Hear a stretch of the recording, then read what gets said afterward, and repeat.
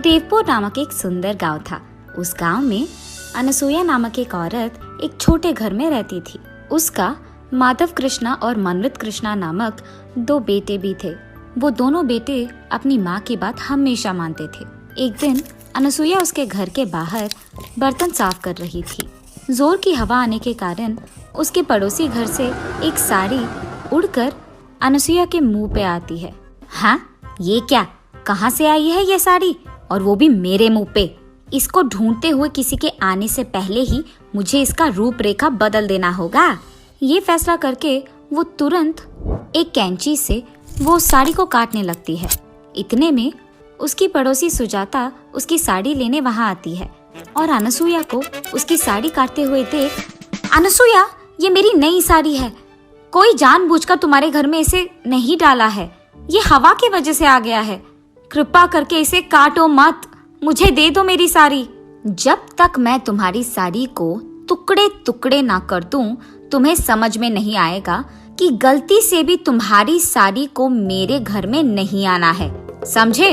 ये कह के वो उसके फैसले के अनुसार ही उस साड़ी को टुकड़ों में काट कर ही उसके पड़ोसी सुजाता को देती है।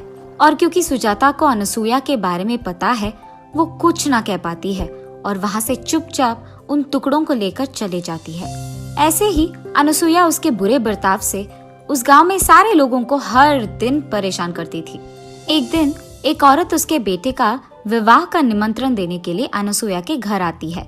उस निमंत्रण को देख अनसुया भी सोच में पड़ जाती है और ये फैसला करती है कि उसके बेटे का भी वो शादी करवाएगी। लेकिन मेरे बारे में जानते हुए भी कोई इस गांव में मुझे मेरे बेटे के लिए एक बहू नहीं देगा, इसीलिए मैं पड़ोसी गांव में जाकर मेरे बेटे के लिए एक अच्छी पत्नी ढूंढ कर लाऊंगी। ये फैसला करके वो अगले दिन पड़ोसी गांव में जाकर एक बड़े घर की बेटी स्वप्ना को उसके बड़े बेटे से विवाह निश्चय करती है और ऐसे उन दोनों का शादी करवाती है। स्वप्ना नई नवेली दुल्हन होने के कारण शुरू में अनसुया उसे कोई काम नहीं कहती है और उसे प्यार से देखती है। ऐसे कुछ दिन बीत जाते हैं। फिर एक दिन स्वप्ना पोछा कर रही थी घर में और अनसुया ये देखे बिना घर में चलती रहती है। उसे ऐसे चलते हुए देख, सासू माँ, जरा देख के चलिएगा, मैं पोछा कर रही हूँ तो फर्श अभी गीला है, कहीं आप गिर ना जाए, देख के चलिएगा। ये मेरी बहू की इतनी हिम्मत कि मुझे बता रही है क्या करूँ क्या नहीं। अब तो मैं इसे सबक सिखाऊंगी। मैं वही चलूंगी जहाँ ये पोछा कर रही है, ताकि सारा दिन मैं इससे काम ही करवाऊं। ये फैसला करके अनसुया वही चलती रहती है जहाँ स्वप्ना पोछा मारने की कोशिश करती है। बार बार ऐसे करने के कारण स्वप्ना पोछा करना बंद करके अनसुया को बस देखती रहती है। क्या हुआ बहू, घर साफ करना छोड़कर तुम मुझे क्या घूर रही हो? चलो करो काम। ये कहकर वो अपने बहू के सिर पे एक जोर का धप्पा देती है, जिसके कारण उसकी बहू बकेट को टकराकर नीचे गिर जाती है। हा हा हा, तुमने तो कहा कि मैं फिसल के गिर जाऊंगी, मगर अब तुम ही गिर गई। ऐसे ही पड़ी रहोगी कि काम भी करोगी? चलो लग जाओ काम पर। ये कहकर वो हंसते हुए उसके कमरे में चले जाती है। चलो ये तो देखते हैं कि मेरे बहू ने घर साफ किया कि नहीं। बाहर जाकर देखने पर उसकी बहू वहाँ नहीं रहती है। ढूंढने पर उसकी बहू उसके कमरे में सोते हुए दिखती है। तब अनसुया वहाँ जाकर उसके कंबल को जोर से खींचती है, जिसके कारण उसकी बहू स्वप्ना नीचे गिर जाती है। हाँ, क्या हुआ सासू माँ? मैं सो रही थी और आपने मुझे नीचे गिरा दिया। तुम सो कैसे रही हो? तुमने क्या सोचा घर का काम हो गया? खाना कौन पकाएगा? जाकर खाना बनाओ। उसके ऐसे जोर से चिल्लाने के कारण स्वप्ना उठकर खाना बनाने में लग जाती है। ऐसे ही अनसुया हर रोज उसकी बहू स्वप्ना को कोई न कोई कारण लेकर उसे दुख पहुंचाती ही रहती थी और भला बुरा कहती थी। और दूसरी तरफ स्वप्ना उसकी सासू माँ को कुछ न कह पाने के कारण चुप ही रहती थी। ऐसे कुछ दिन बीत जाते हैं। एक दिन अनसुया उसके घर में टीवी देख रही थी और अचानक उसका छोटा बेटा शादी करके बहू को उसके साथ घर ले आता है। ये देख अनसुया चौंक जाती है। मनवित, मुझे तुमने एक भी बात बताए बिना शादी कर लिया? तुम क्या समझ रहे थे? माँ, आप मेरा यकीन कीजिए, अगर आपको पता चला कि मैंने ये शादी क्यों किया तो आप बहुत खुश होंगी। पहले हमें अंदर तो आने दो। उसके बेटे के ऐसे कहने के कारण वो उन दोनों को अंदर बुलाती है, लेकिन किसी से कुछ भी बात नहीं करती है और सिर्फ उसके कमरे में जाकर बैठ जाती है। ये सब देख मनवित उसके माँ के पास जाकर ऐसे कहता है, माँ, मेरी पत्नी प्रिया बहुत ही अमीर है, इसीलिए मैंने आपसे पूछे बिना शादी कर लिया। उसके माँ बाप के बाद वो सारा जायदाद हमारा ही होगा। क्या? मेरी बहू अमीर है? अरे बेटा, तुमने ये बात पहले क्यों नहीं कहा? मैं सोच रही थी कि तुमने किसी ऐरे गैरे से शादी कर लिया। जैसे ही अनसुईया को पता चलता है कि उसकी छोटी बहू अमीर है, वो सारे काम उसकी बड़ी बहू से करवाते हुए उसकी छोटी बहू की बहुत अच्छी देखभाल करती है। एक दिन जब उसकी बड़ी बहू काम कर रही थी, अनसुईया उसके पास जाकर ऐसे कहती है, ए स्वप्ना, कितनी देर पकाओगी खाना ऐसे? मेरी छोटी बहू भूखी होगी शायद, मुझे जल्दी जाकर उसे खाना देना होगा, जल्दी करो। ऐसे कहती ही रहती है कि वहाँ से गुजरते हुए प्रिया को ये सारी बातें सुनाई देती है। फिर प्रिया उसके मन में ऐसे सोचती है, हाँ, तो इसीलिए मेरी सासू माँ मेरी इतनी अच्छी ख्याल रखती है, क्योंकि मैं अमीर हूँ, वरना मुझे भी उसकी बड़ी बहू की तरह सारे काम करवाते हुए दुख पहुँचाती थी। ये सोचकर वो उसके कमरे में चले जाती है। जब सासू माँ प्रिया के कमरे में जाकर उसे खाना देती है, तब प्रिया खाना खाते हुए ऐसे कहती है, सासू माँ, ये सारे व्यंजन ना बहुत ही स्वादिष्ट है। हाँ बेटी, ये सारे व्यंजन ना मैं ही करती हूँ हर रोज। इस घर में सालों से खाना मैं ही पका रही हूँ। मेरे दोनों बेटों को भी मेरे हाथ का खाना ही बहुत पसंद है। तुम्हें जब भी कुछ चाहिए ना, बस मुझे एक आवाज दो, मैं तुम्हारे लिए वो बना दूंगी।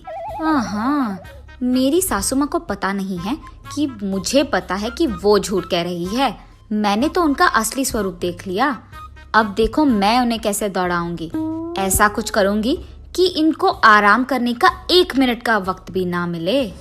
ये फैसला करके वो अगले दिन उसकी सास के पास जाकर ऐसे कहती है, सासू माँ, आज मुझे गरम गरम वड़ा खाने का मन कर रहा है, आप मेरे लिए बनाएंगे? मैं भी आपके पास खड़े होके सीखूंगी कि कैसे बनाते हैं। अरे रे, अब तो मैं अपने बड़े बहू से भी ये बनवा नहीं पाऊंगी, क्योंकि ये लड़की तो मेरे बगल में खड़े रहना चाहती है जब मैं वड़ा बनाऊंगी। अब तो मुझे खुद से ही करना होगा। और ऐसे वो खुद प्रिया के लिए वड़ा बनाने लगती है। सासू माँ, सिर्फ वड़ा नहीं, उसके साथ खाने के लिए एक मांस का भी व्यंजन बनाइए ना। ऐसे प्रिया तब से हर दिन कोई ना कोई काम उसके सासू माँ से करवाती रहती है। ऐसे ही एक दिन प्रिया उसके सासू माँ से पकौड़ी बनवाती है और अनसुईया उसके बहू के लिए पकौड़ी बनाते हुए उससे ऐसे कहती, बेटी, तुम्हारा पति ना इसी गांव में कोई अच्छा व्यापार करना चाहता है, इसीलिए तुम एक काम करो, अपने घर जाके कुछ निवेश के पैसे लेके आना बेटा, तभी तुम्हारा पति कुछ कर पाएगा। सासू माँ, आपको अभी भी शर्म नहीं आया? मैं जानबूझकर आपसे ये सब काम करवा रही हूँ और फिर भी आप मुझसे कह रहे हो कि मैं पैसे लाऊं? आपको क्या लगा कि मैं आपके बड़ी बहू की तरह आप जो भी कहे मान लूंगी? नहीं होगा। क्या तुम ये सब जानबूझकर कर रही थी? अब देखो तुम्हारा मैं क्या हाल करूंगी। मैं तुम्हारे मायके से पैसे हासिल करके ही रहूंगी। ये फैसला करके वो रोते हुए उसके छोटे बेटे के पास जाकर जो भी हुआ बोलती है, माँ, आप फिक्र मत कीजिए, आप जैसे सोच रही हैं वैसे ही होगा। मेरी पत्नी आपकी सारी बात मानेगी और मैं कैसे पैसे ला कर ही रहेगी। ये कहकर वो उसके पत्नी के पास जाकर ऐसे कहता है, प्रिया, अब से तुम माँ के कहे सारे काम करोगी और उनके खिलाफ बात नहीं करोगी और अपने मैके जाकर पैसे भी ला कर दोगी, वरना मेरी माँ तुम्हें इस घर से बाहर भेज देगी। उसके पति के ऐसे कहने के कारण वो उस दिन से उसके घर में सारे काम करती है। ऐसे कुछ दिन बीत जाते हैं। फिर अचानक एक दिन सरकार घोषित करता है कि कोरोना वायरस नामक एक भयंकर वायरस देश में फैल रही है और लोगों को एक दूसरे से 2 गज की दूरी निभाना पड़ेगा। और इसी फैलने को रोकने के लिए सरकार लॉकडाउन का आदेश देती है। उस लॉकडाउन के कारण लोगों को बाहर जाने की इजाजत नहीं थी, इसी कारण सभी लोग घर पे ही रहते थे।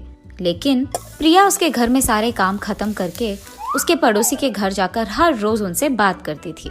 एक दिन ये सब देखकर उसकी सास प्रिया से ऐसे कहती है, प्रिया, सरकार ने हमारी सुरक्षा के लिए लॉकडाउन का आदेश दिया है और तुम यहाँ बेपरवाह पड़ोसी के घर जाकर बात कर रही हो। अगर तुम्हें कोरोना आया या तुम्हारे कारण हमें कोरोना आया तो हमारा क्या होगा? इसलिए आज से तुम बाहर नहीं जाओगी। आपको शायद डर है कि आपको कोरोना आएगा, लेकिन मुझे ऐसा कोई डर नहीं है। मैं अपनी मन की मालिक हूँ, मुझे जो करना है मैं वही करूँगी। ये कहकर वो हर रोज उसके पड़ोसी से मिलने जाती ही रहती थी। उसके पड़ोसी के घर में किसी को कोरोना आने के कारण वो प्रिया को भी फैलता है, और क्योंकि प्रिया को ये नहीं पता था, उसे बुखार और सर्दी आने के कारण वो डॉक्टर के पास जाकर उसका जांच करवाती है। फिर डॉक्टर उससे कहता है कि उसे कोरोना वायरस आया है और इसे घर पे रहकर अच्छी खाना खाकर दवाइयाँ लेकर उसका ख्याल रखना होगा। प्रिया डर के कारण भला बुरा सोचने लगती है। ये सब मेरी सास के वजह से हुई है। अगर वो नहीं कहती कि मुझे कोरोना आएगा तो शायद ये नहीं होता। अब क्योंकि उसके कारण मुझे आया है, मैं ये देखूंगी कि मेरे कारण उसे भी आएगा। कम से कम तब वो चुप रहेगी और मुझे ये सब काम कहना छोड़ देगी। ये फैसला करके वो उसके घर वापस जाकर उसके ही हाथों से कॉफी बनाकर उसके सास को देती है, और इसी कारण अनुसुईया को भी कुछ ही दिनों में कोरोना वायरस आ जाता है। हा हा हा, सासू माँ, मुझे पता था कि आपको कोरोना आएगा।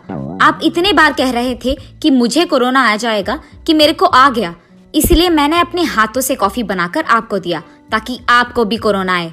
अब मुझे बहुत खुशी है। क्या? मैंने तो तुम्हारे भले के लिए कहा था कि तुम्हें कोरोना आएगा, लेकिन तुम इस हद तक गिर गई कि तुमने मुझे कोरोना जानबूझकर दिया। तुम कैसी औरत हो? उसके सास के ऐसे कहने के बावजूद वो उसके मायके चले जाती है, लेकिन जब उसके माँ बाप को पता चलता है कि प्रिया को कोरोना आया है तो वो उसे अंदर आने नहीं देते हैं, जिसके कारण उसे वापस उसके ससुराल ही जाना पड़ा। यहाँ स्वप्ना उसके सासू माँ को और प्रिया को कोरोना आने के कारण उनकी सेवा करते हुए, उनके लिए खाना बनाते हुए, उनको दवाइयाँ देते हुए उनकी बहुत अच्छी ख्याल रखती है। कुछ दिन बाद अनुसुईया और प्रिया को कोरोना कम हो जाता है और ऐसे कुछ दिन बीत जाते हैं। फिर एक दिन अचानक टीवी में ऐसी खबर आता है कि कोरोना का दूसरा वेव शुरू हुआ है। ये देख अनुसुईया तुरंत सोचती है कि उसे ये बात उसके दोनों बहू से कहना है। बेटा स्वप्ना, प्रिया, मैंने अभी अभी टीवी में देखा है कि कोरोना का दूसरा वेव आ गया है और इस बार वो दुगना भयंकर है और लोगों की मरने का संख्या भी बहुत बहुत बढ़ गया है। हमें चौकन्ना रहना होगा। मेरे बर्ताव के लिए मैं माफी मांगती हूँ। मैं अब ये सिर्फ तुम्हारे भले के लिए कह रही हूँ। कम से कम इस बार तो मेरी बात मान लो। अरे सासू माँ, आप तो बड़े हैं। आपने अगर हमें कुछ एक दो बात कह भी दिया तो कोई नहीं, हम समझ सकते हैं। आप हमारे भले के लिए तो कह रहे हैं। फिक्र मत कीजिएगा, हम इस बार ख्याल रखेंगे। हाँ बेटी स्वप्ना, मुझे पता है कि मैंने तुम्हें बहुत दुख दिया है, लेकिन फिर भी जब वक्त आया तो तुमने ही मेरा ख्याल रखा है बेटा। तुमने तुम्हारे मन में मेरे खिलाफ कुछ भी नहीं रखा और मेरा इतना अच्छा देखभाल तुमने ही किया। मुझे मेरे बर्ताव के लिए माफ कर दो बेटी। आइंदा मैं ऐसे कुछ नहीं करूंगी। सासू माँ, अब मुझे भी माफ कीजिए ना। मैंने अमीर होने के नाते बहुत गर्व से और अहंकार से आपसे बात किया है और ये अच्छा नहीं है। मुझे मेरी गलती का एहसास हो गया है और इस बार मैं ऐसे नहीं पेश आऊंगी। हम सब एक ही बात पे रहेंगे। अगर मैं आपकी बात सुनती तो मुझे कोरोना नहीं आता और ना ही मैं आपको कोरोना देती। अब मैं अपना सबक सीख गई, आइंदा ऐसे कभी नहीं करूंगी। ऐसे वो तीनों उनके बीच के फासलों को मिटाते हैं और हमेशा के लिए खुश रहते हैं। कुछ दिन के बाद कोरोना वायरस पूरा चले जाता है और सभी लोग खुशी से रहते हैं।